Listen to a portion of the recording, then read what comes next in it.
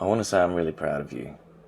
By watching this video with the intent to quit, you're already on the path to a better life, because your views and your comments help me make better videos and gain more clarity in the information that I can give out. Your comments have helped guide me in giving the best advice I can to give you the most support I can in getting through this. And they help encourage me to make better videos and to keep going. So you're helping yourself and you're helping me at the same time. And I really appreciate that. And I'm really proud of you for taking those steps. That's one of the things that you won't hear very often along the path is, I'm proud of you. You've got to say it to yourself, because you might have some good friends around you and they'll say, good on you, man. But if you're proud of yourself and the effort you've made and how far you've come, it'll encourage you to keep going. So the more we can help each other, the more we can support each other, the better chance we've got of both of us reaching our goals. So I'll put part 1 in the description, which gives you an overall view of the whole process, so of how I did it. But I wanted to make part 2 because there's a few pieces that fit together in how it actually all comes together and staying off it, keeping that path going. So someone once said to me, my life got better when I quit weed. And that really sucked to hear, because at first my brain says, well, how can that be? I'm stoned all the time, it's so much fun. But deep down I knew that my life would get better if I stopped smoking. And I was doing it for legitimate reasons. Well, I thought they were legitimate reasons to me. I was trying to fight ADHD symptoms, and I was trying to calm my brain down and stop the overthinking and help with the sleep and the insomnia and all that sort of stuff.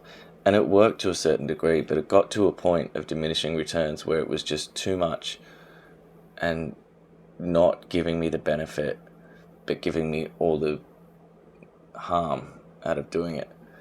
So she said, my life got better when I stopped smoking weed.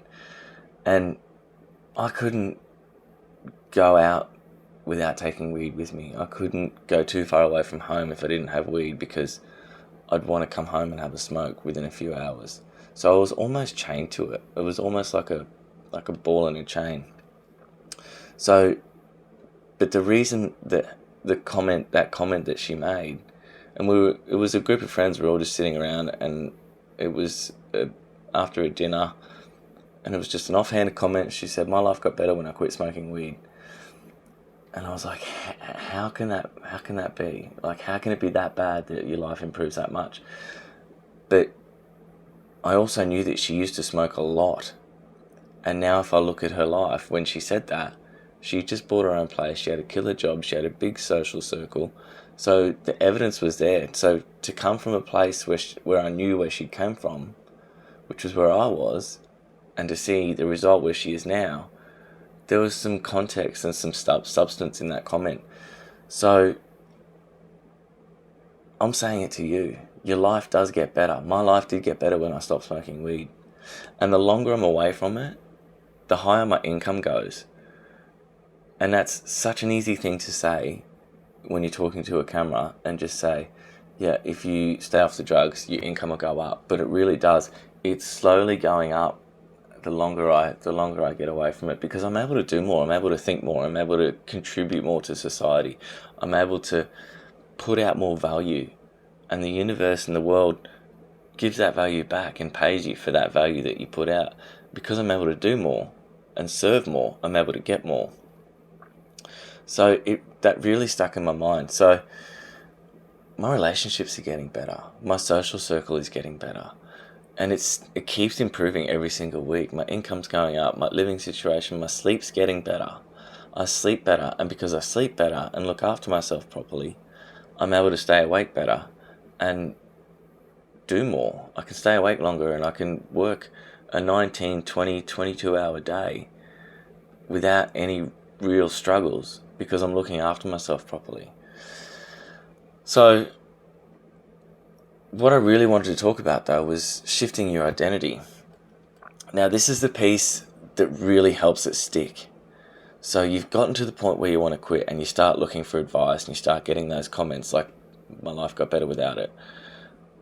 now you need to start shifting your identity, and that is a fairly easy process to do. You've just got to figure out how to do it. So for me, it was running. So I started running every single morning. When I woke up, I had cravings, or I wanted to smoke, or I was in a bad headspace, because I used to struggle with depression and anxiety as well.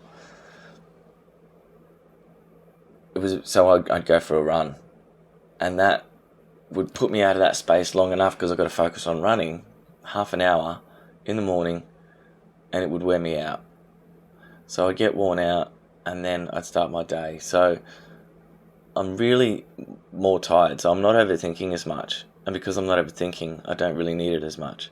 So I start running every morning, and then after about a month of running every day, and some days I still have to, I've been doing it for over a year, I've been running for over a year now, and I still get up every morning, and some mornings I think, I really don't want to do this. And I look at my shoes and I think, nah, I'm not running today. I ran yesterday, I've run every day this week. It gets to a point in your identity where you're running so often, or you're working out or exercising so often, you just have to do it, because you feel like you're not yourself if you don't, because it's become part of my identity. So just running every day and getting in that habit instead of smoking, and it's a distraction, and it's healthy, and you get outside and you meet people, and the fresh air, especially early in the morning, because this is one of the best things about running. If you get up at 5 o'clock in the morning and you go for a run, or 4 o'clock in the morning, it's still dark, and sometimes it's cold and it sucks, and you're the only one out there. You're the only one out there. And sometimes that's enough for me to go, I know this is a really hard thing to do, because I'm the only one out here doing it. Everyone else is still asleep in bed. Everyone else is still warm and cozy, and I'm out here running, making myself a better person, giving myself a better life than I was yesterday. So there's almost a sense of accomplishment to that, knowing that I'm doing something that not everybody can do or everybody wants to do. Because sometimes I do want to stay in bed and just curl up and stay in the warmth. And it's also getting over that hard thing first thing in the morning. It's hard to do, and that's a great part about it, is it's really hard to do. So you get through it, and it's only half an hour, and I listen to music or I listen to a podcast or whatever. You get through it, and you get that sense of accomplishment. The first thing you've done in your day was really hard to do. So shifting your identity from being a smoker to an athlete, an athletic person, someone who runs. And those two don't really go together. You can't be a smoker and run at the same time. They just don't work. You just can't do it. Because if you want to keep smoking, if you want to keep running, you can't smoke. So if you can just run for long enough, or walk. I didn't even start running straight away. I'd run for a little bit till I got puffed out, and then I'd walk, and then I'd run a little bit more. The first time I ran, it took me an hour and 15 minutes to do the course that I do. It was 3Ks or 4Ks. It took me an hour and 15 minutes. Now I do it in about 19 minutes, 20, sometimes 22. I don't even really count anymore. It's, I just do it. But just to give you an idea of how bad I was at running, I'd run, then walk, then run, then walk. And some days I still run and walk, and it takes me half an hour. Sometimes I get halfway and I stop and I sit down and I have a break, and I just enjoy the moment, and I enjoy the morning air and the sunrise or whatever. And then I turn around and run back. Because it's not so much about beating the time, it's just about being out there and doing it. So become an athlete, become an athletic person. And there's so many benefits to that anyway. And it's so easy for me to say that now. And I know you might be sitting there going, oh, it's easy for you to say. I was there, I did it. I used to do a wake and bake in the morning.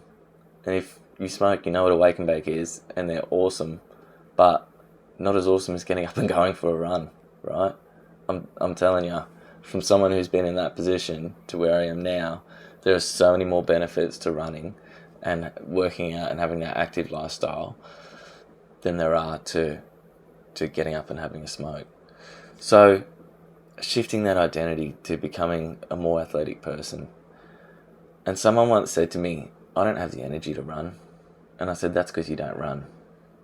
If you got up and ran every morning and you forced yourself to do it for 30 days, you'd start having the energy to run, to get up every morning and run. And I can start my day now with a run, with a half-hour run, and it gives me energy for the day. It boosts me, and it gives you like an adrenaline rush. Like, it's almost like being on drugs, because you've got so much energy and you're so happy and you're so pumped for the day because you know that you did something hard first thing in the morning. So shifting your identity. So going from someone who's a smoker to someone who's not a smoker. And it's just a slow process of shifting that identity and being that new person. So what else can you do? So you can start telling yourself out loud, I'm not a smoker. So when you get a craving for a smoke, you can say, I'm not a smoker. I'm not a smoker. And you tell yourself that enough because you are what you tell yourself. So you'll start to become that person who doesn't smoke. You want to get rid of everything that's in your house that's associated with it. A smoker wouldn't have a bong in his house. A non-smoker wouldn't have a bong in his house. A non-drinker wouldn't have drinks in their fridge.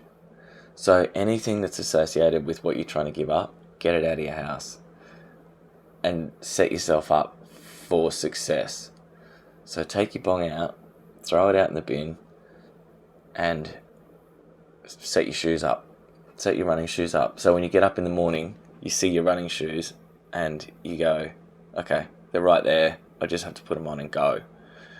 And you can cheat yourself through your run too. I've done that a couple of times where I get halfway to where I usually run and go, that's enough. I'm not running anymore. And I turn around and come home. 9 times out of 10, probably 9.99 times out of 10, I'll get to the halfway point and I want to quit and I go, I'll know that I didn't make it, so I've got to go all the way. But it's the same. It's just a slow, progressive movement into that new identity. So don't rush yourself. Don't be so hard on yourself if you don't make it. Just keep trying every day and just be a little bit better every day than you were the day before. So another point that came from your comments was, I don't have a reason to quit, but you want to quit. You don't really need a reason. It helps, but you can gamify it as well. So make a game out of it. So set yourself milestones. So 1 day, 3 days, 5 days, a week, 2 weeks, week and a half, 2 weeks. When you hit those milestones, reward yourself. Give yourself a reward. Don't make it a smoke, because I tried that. It doesn't work. Make it something healthy. A nice meal, a phone call with a friend. You buy yourself some earphones or whatever it is. Whatever you want to do, whatever will give you that reward, because your brain will start associating that reward with the effort of not smoking, and it'll push you more into that direction. So gamify it. Set your milestones.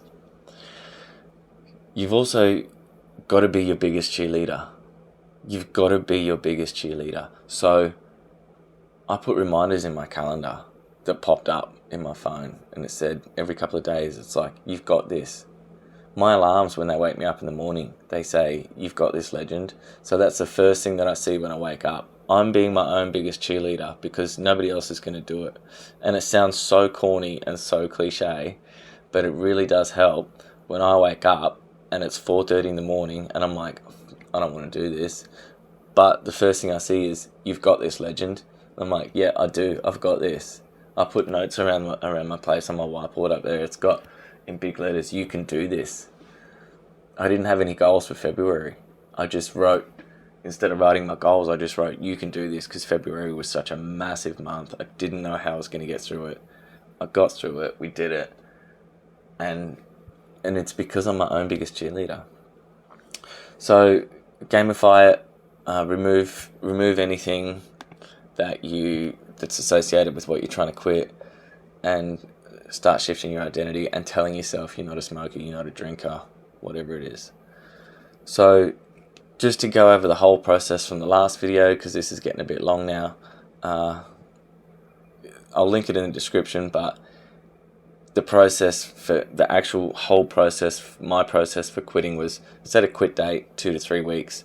In that time, keep doing what you're doing, and try and taper it off if you can. But if not, just keep going. But journal and figure out why you do it, why you do this thing, why do you smoke, why do you drink, and it's probably going to be stress. So the running also helps with stress management, which is why shifting to that athletic identity was a really good idea for that too. When you're doing it, while you're doing it in that period of time where you're gearing up to quit, keep telling yourself all the reasons why you're not doing it, why you don't want to do it, why it's bad. It costs too much. I stink. I can't go away from the house. It puts me in a brain fog, which is another video I should probably do, is the brain fog. And when you do quit, when you finally get to that date, remember that you're not quitting. You're just not smoking right now. So if you're not smoking right now, what else can you be doing? I can go for a run. I can go and do some work. I can build my business. I can do something else. And you're stopping, but you're giving yourself that space that if you fall off the wagon, it's okay. If you get 3 days in and you have a smoke and you have a drink, that's okay. Start again the next day. Start again just after you have that drink. Because the first thing your brain wants to do when you are trying to quit something and you fall off the wagon, you give into your cravings, your brain wants to just go, well, I've done it now, I might as well go all out. If you give yourself the space to say it's okay and take that guilt and the shame out of it, I'll just pick it up again tomorrow, it starts to relax that brain and that ego, and you start to go, okay, well, it reinforces that I'm not quitting, I'm just not smoking right now. And so I'm not smoking right now. And it's been a year. I haven't had a smoke for a year, over a year. I'm just not doing it right now. I could go back to it if I wanted to. I just don't want to. When you start telling yourself you don't want to, that's part of the identity again, is that you're not someone who smokes, so you don't want to smoke. And just one day at a time, and journal through it. I'm proud of you guys.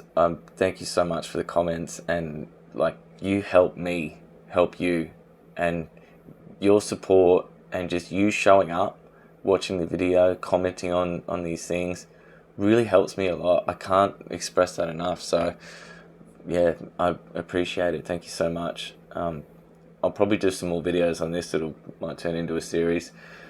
If there's anything else you want to know, if you've got any questions, comments, anything, it's been really valuable. Keep it up. I appreciate it. You're amazing. I'll see you in the next one.